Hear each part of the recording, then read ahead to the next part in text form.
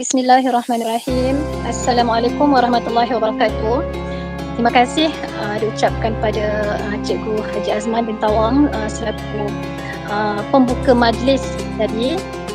Yang dihormati barisan pengurusan, rakan-rakan guru serta AKP yang saya kasihi sekalian.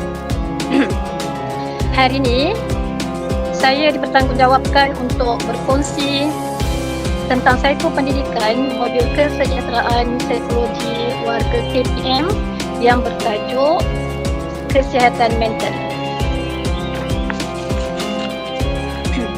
Sebagaimana yang cikgu sudah maklum, program meningkatkan kesedaran kesejahteraan psikologi guru telah dilancarkan pada 10 Julai 2019.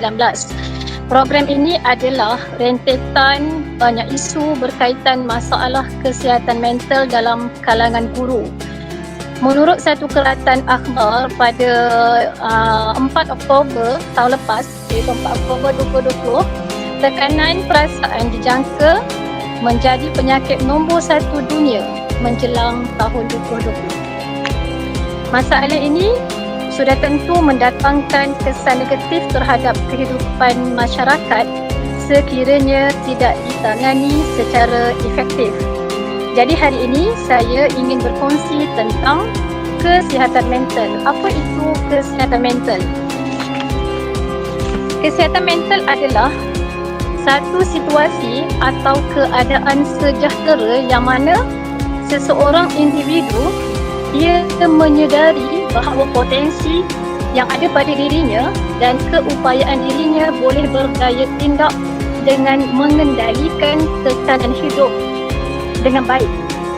Dia dapat bekerja secara produktif dan mampu menyumbang pada masyarakat. Kesihatan mental juga dia merujuk kepada cara kita berfikir dan cara kita bertindak,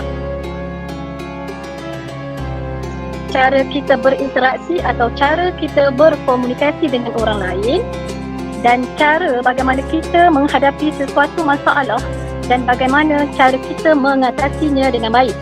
Kesimpulannya, kesihatan mental ni bukan penyakit mental. Mereka mempunyai kesihatan mental yang baik, merasa selesa dengan diri sendiri, dia merasa selesa dengan orang lain, dan dia boleh memenuhi cabaran hidup seharian dengan baik. Itu maksud kesihatan mental.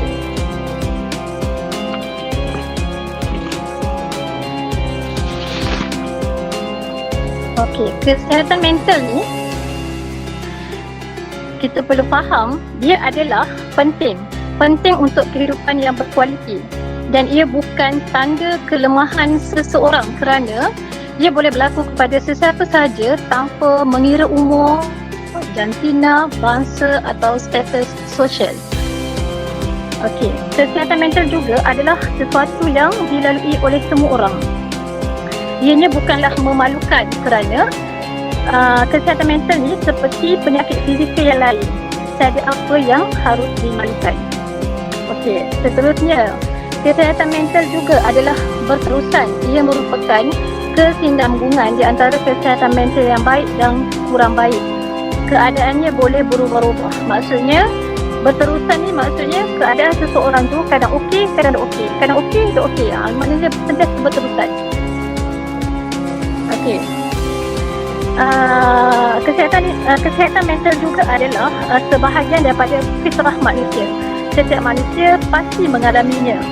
Dia bukan selalunya negatif sebab keadaan kesihatan mental ni ada kalanya normal dan ada kalanya tidak normal. Okey, saya kongsi dengan cikgu-cikgu. Kebiasaannya saya boleh kena pasti pelajar-pelajar kita mengalami masalah mental ni normal ataupun tidak normal melalui ujian saringan DAS, ujian minda sihat. Kalau pelajar-pelajar kita contohnya dan kita sendiri sebagai warga KPM ni, kita boleh mengambil ujian tu untuk kita mengenapasi tahap kesihatan mental kita. Ada yang kesihatan mental daripada ujian tersebut kita boleh kena pasti sama ada kita normal ataupun tidak normal mengalami masalah tersebut pada tahap sederhana, ringan, teruk ataupun sangat teruk. Jadi kalau teruk dan sangat teruk itulah tidak normal. Okey, seterusnya kesihatan mental ni adalah sesuatu yang perlu dijaga dan ia bukanlah sesuatu yang kita pilih. Maknanya kesihatan kita ni memang kita kena jaga sebab dia bukanlah benda yang kita nak. Dia berlaku tanpa yang kita duga. Okey. Kesihatan mental ni adalah sesuatu yang positif dan negatif. Boleh berubah-ubah. Macam saya kata tadi lah. Ada normal, ada tidak normal. Dan ia bukan sesuatu yang perlu difikirkan. Dia bukan tekanan saja. Dia ada masalah-masalah lain yang saya akan sebutkan nanti. Selain tekanan, depression, kemurungan, anxiety, salah satunya dan lain-lain lagi lah.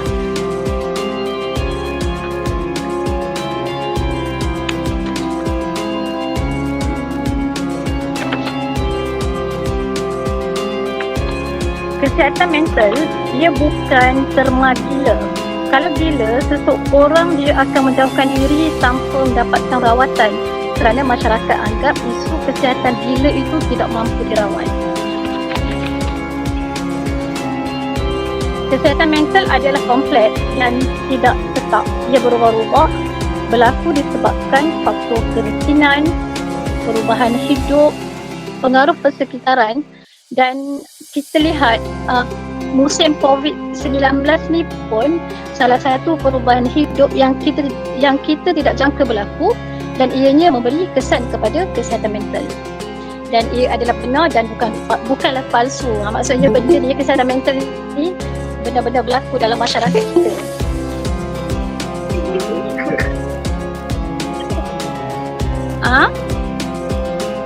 Okey, seterusnya isu kesihatan mental.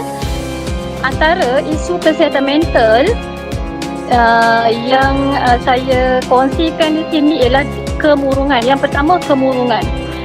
Kemurungan iaitu depression. Ia merupakan gangguan perasaan yang menyebabkan seseorang itu merasa sedih yang berpanjangan, letih, tidak bertenaga sehingga minat dalam aktiviti kerja. Okey, isu kesihatan mental saya ulang. Yang pertama, kemurungan. Kemurungan ialah gangguan perasaan yang menyebabkan seseorang tu merasa sedih yang berpanjangan, keletihan yang berpanjangan, tiada tenaga sehingga hilang minat dalam melakukan sesuatu kerja ataupun aktiviti-aktiviti seharian. Kedua, kecelaruan kebimbangan umum, iaitu istilahnya dipanggil sebagai anxiety disorder. Anxiety disorder ni merupakan perasaan takut yang kronik. Tanda-tanda orang yang mengalami anxiety disorder ni, dia jantung dia berdegup kencang, rasa debar-debar, berpeluh dan sukar untuk bertenang. Okey, seterusnya kecelaruan panic disorder. Panic disorder ni merupakan serangan rasa keresahan dan ketakutan secara berkala. Berlaku keadaan panik secara tiba-tiba, secara spontan.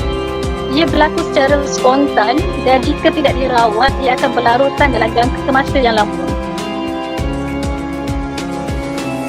Okey, kecelaruan obsesif kompulsif. Obsesif kompulsif disorder merupakan penyakit was-was.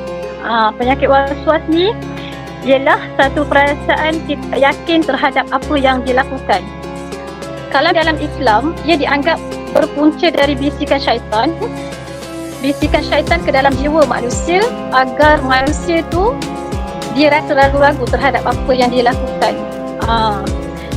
Sebagaimana contoh, kalau mungkinlah dalam kehidupan seharian kita boleh tengok orang yang ada penyakit was-was ni. Macam saya sendiri, adik-adik-beradik saya, dia ada masalah was-was hingga kan ambil air sembahyang beberapa kali hingga basah baju. Maksudnya dia rasa tak yakin dengan air sembahyang yang dia ambil tu sehingga kan dia ambil air sembahyang tu secara berulang-ulang. Okey.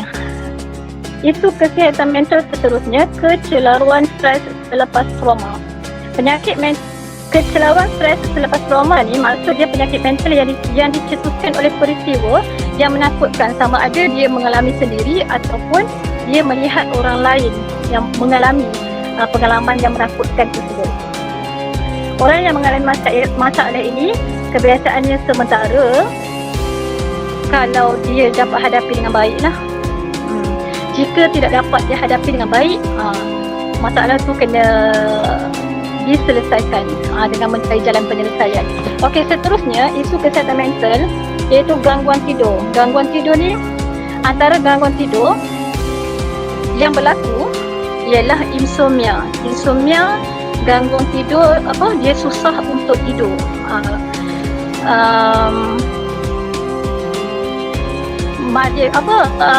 Susah untuk tidur.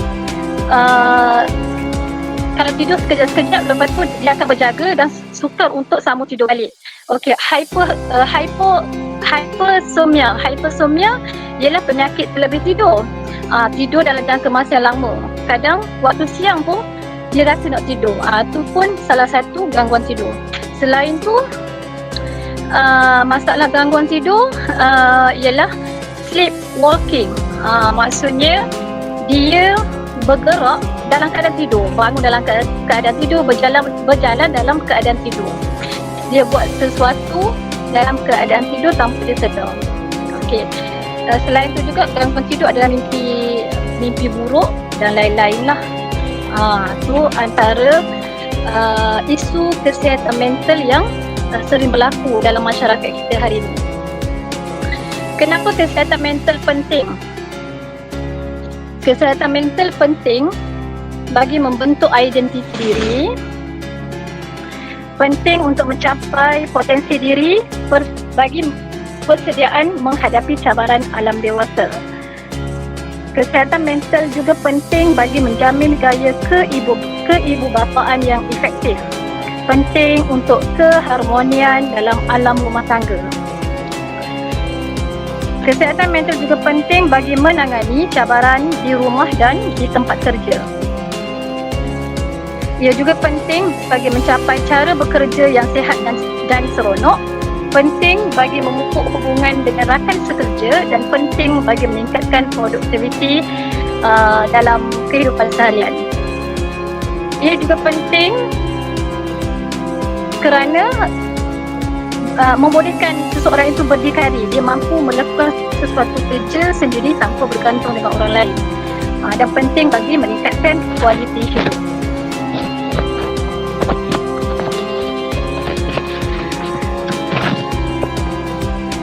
Tanda-tanda masalah kesihatan mental, seseorang itu dia akan merasa letih, rasa lesu berpanjangan.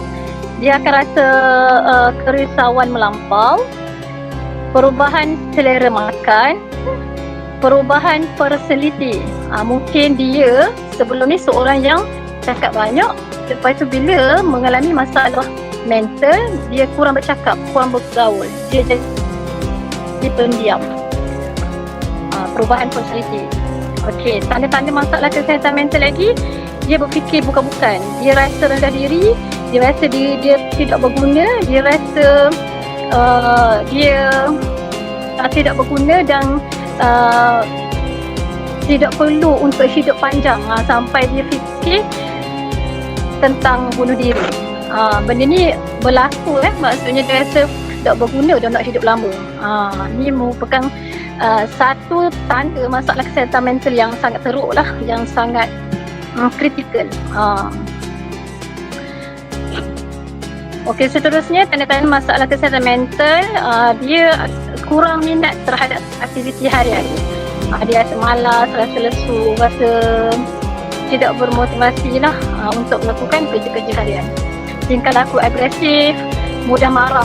Mudah marah ni kadang-kadang dia marah secara tiba-tiba. Kalau kita terlampau letih, kalau ibu-ibu yang terlampau letih dengan kerja-kerja harian, kadang-kadang perasaan marah tu terlepas kepada anak-anak. Jadi ibu-ibu sekalian, kalau berlaku keadaan gitu, istighfar lah dan kawal emosi itu dengan baik supaya marah tu tidak terlepas pada anak-anak. Sebab ia merupakan salah satu tanda masalah kesihatan mental jika kita tidak kawal dengan baik.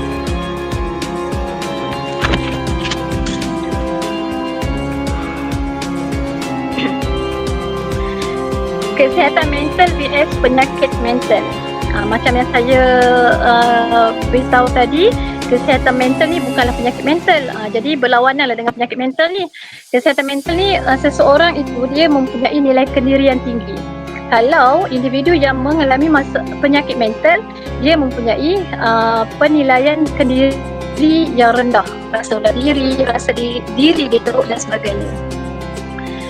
Okey, kesihatan mental yang baik, seseorang itu mampu berdikari, dia mampu membuat sesuatu kerja sendiri tanpa mengharapkan bantuan orang lain.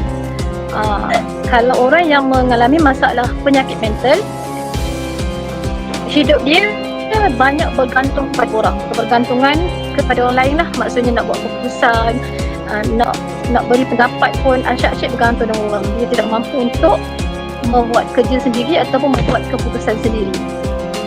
Okey, kesihatan mental yang baik, seseorang itu juga mempunyai kemahiran pengurusan yang cekap. Kalau seseorang individu yang berpenyakit mental, dia tiada daya gaya tindak. Maksudnya dia tidak dapat bertindak dengan baik. Okey. Kesihatan mental yang baik juga, dia sentiasa berfikir positif, mempunyai pandangan yang positif. Kalau orang yang mempunyai masalah penyakit mental ni, macam saya katakan tadi lah, tidak bersemangat, rasa lesu, berasa malas, tidak bermotivasi. Kesihatan mental yang baik, dia mempunyai pemikiran yang rasional. Pemikiran yang rasional ni pemikiran yang baik, pemikiran yang positif, pemikiran yang logik. Kalau yang individu yang mengalami masalah penyakit mental ni, pemikiran yang tidak logik. Maksudnya dia selalu fikir yang bukan-bukan. Okey, individu yang mempunyai kesihatan mental yang baik, kebiasaannya individu ini dia melakukan sesuatu kerja tu secara bersungguh-sungguh, penuh motivasi. Kalau yang penyakit mental ni tiada motivasi. Tengok slide ni pun cikgu faham dah kan? Okey. Okey, apa yang kita sepatut lakukan kalau ada rakan sekerja kita yang menghadapi masalah kesihatan mental? Okey, sorry, apa yang tidak sepatutnya kita lakukan sekiranya rakan kerja menghadapi masalah kesihatan mental? Ni antara kata-kata yang tidak sepatutnya kita keluarkan kepada kawan-kawan kita yang mengalami masalah kesihatan mental.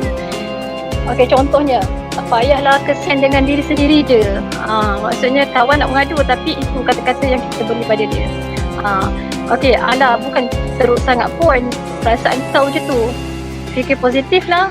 Maksudnya dia tidak membantu tapi terus saja mengeluarkan kata-kata gitu. Maknanya kata-kata ni tidak sepatutnya lah kita keluarkan kepada kawan-kawan yang menghadapi masalah kesihatan mental.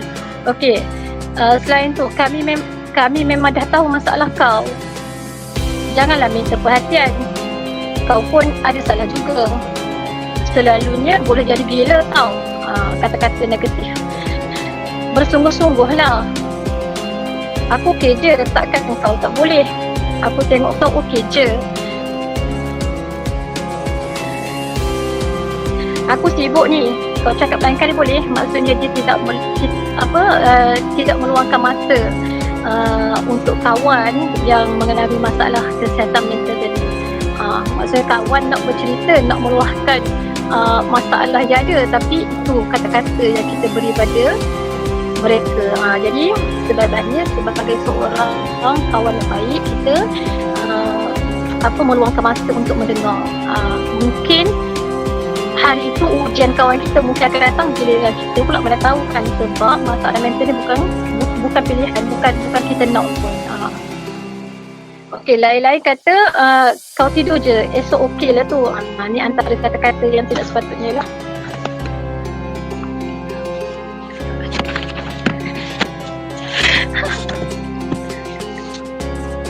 Bagaimana Jaja membantu rakan kerja yang menghadapi masalah kesihatan mental ni? Contoh Jaja bagaimana dia membantu rakan kerja yang menghadapi masalah kesihatan mental.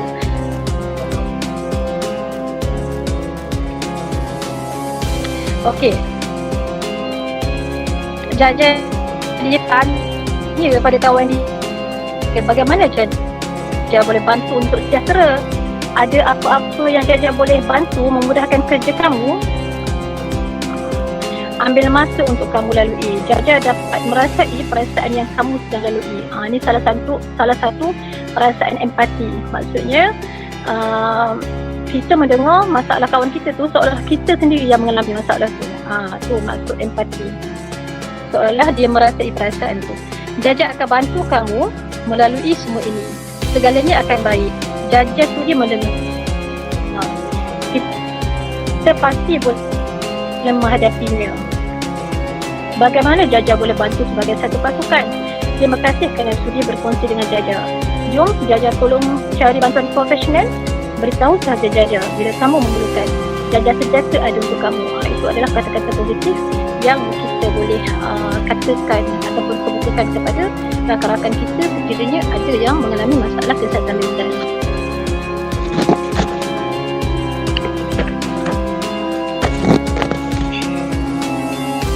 Cara Jaja meningkatkan kesihatan mental.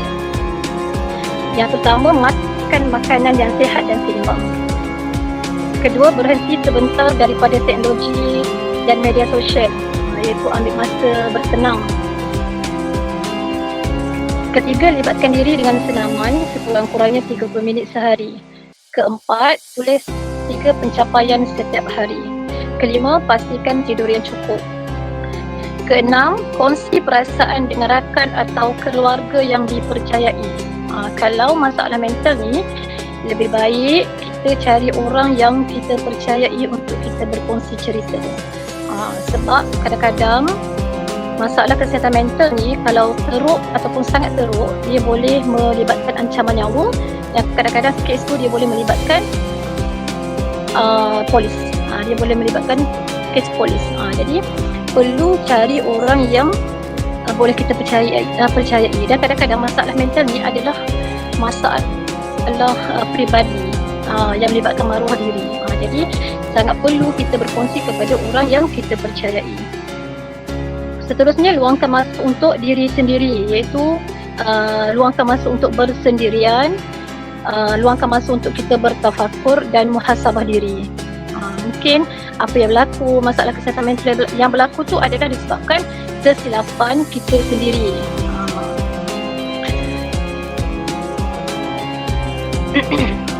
Seterusnya, cabar pemikiran negatif, iaitu tepiskan pemikiran negatif ataupun pemikiran yang bukan-bukan dengan tepiskan pemikiran negatif atau pemikiran yang bukan-bukan dengan pemikiran yang positif agar ia mampu mewujudkan emosi yang lebih sihat. Kalau kita fikir bukan, cepat-cepat kita fikir ataupun kita ingat pengalaman-pengalaman yang menyeronokkan.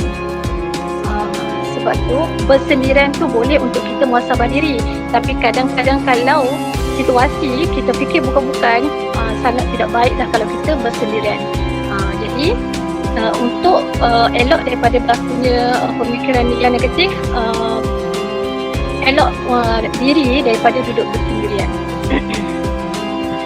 Seterusnya, fokus pada masa kini. Fokus pada masa kini, tidak memikirkan apa yang telah berlaku pada masa lampau.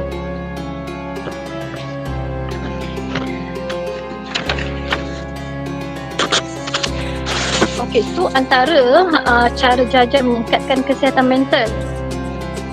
Kalau dalam Islam, banyak yang dianjurkan dalam Islam, antaranya solat, doa dan zikir-zikir.